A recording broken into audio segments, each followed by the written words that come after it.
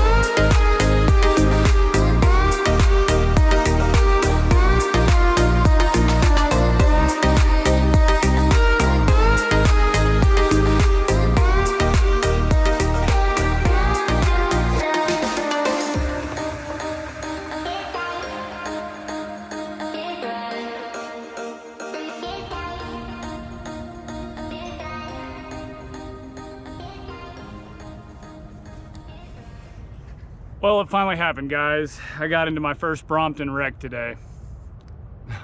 Sometimes, guys, I really just wish winter would come. And I don't like winter, okay? I'm not a winter kind of person, but I really wish winter would come because the trails, the bike paths, they're mostly empty. There's only a few people like me, hardcore cyclists, that commute all year round.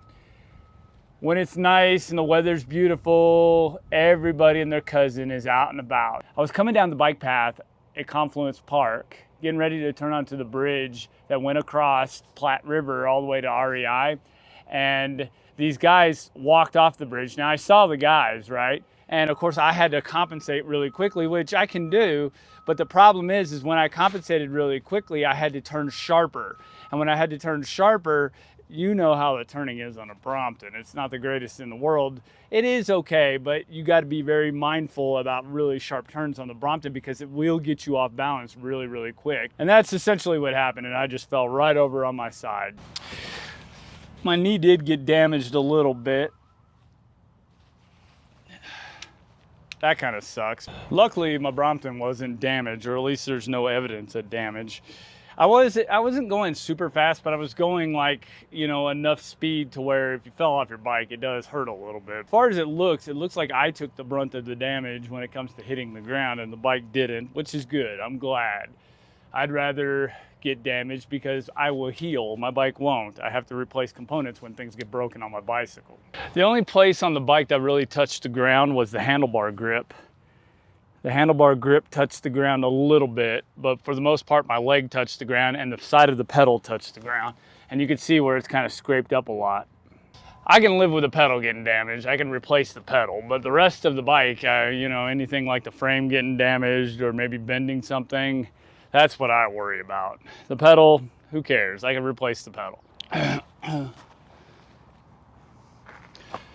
Future. When you grow up, you can be anything you want to be. When you grow up, be whatever your heart tells you to be. Go to school, graduate, and then have your fun. There's affirmations like that all over this place. One, you can never be anything you want to be. I'm so sick and tired of society lying to you. And that's what they do. Society lies to you. You can be whatever you want to be. Well, sometimes you can't because you have physical limitations or you have intellectual and intelligence limitations. So when I see stuff like this, it just really irritates me because it just makes everybody think that life is on the whole world is on a level playing field. And that's just simply not the case. Life is not fair. That is one thing I was taught when I was a little kid. I was taught that from my dad. My dad was a bastard, but one thing he did teach me is he taught me life was not fair. Life is not fair to everybody. Some people get opportunities other people don't get. That's what irritates me about these stupid affirmations. I wish they would tell people the truth. The truth of the matter is that you got to do the best with what you're given, okay? You're never going to have an equal outcome in societies. It's just not going to happen. I'll give you an example of this in my own life, okay? I've been on YouTube for 2.5 years and nobody's ever watched my channel. It wasn't until I got this beautiful bike and I started loving this bike and I wanted to vlog about this bike that my channel actually started growing a little bit. Then there's this guy on YouTube that started a Brompton channel after I did. I know this because I saw him commenting on my videos from time to time. He had a cycling channel, obviously, and I went and he only had 23 subscribers the first time I looked. In literally a month or two, he's blown me away. He's 5 times my subscribers now making Brompton content. Is that fair? I've been on YouTube a lot longer. The answer to that question is no, it's not. Maybe the guy's got more talent than I do. Maybe people like him better, just they like his face better. You know, who knows? Who knows? Life is not fair.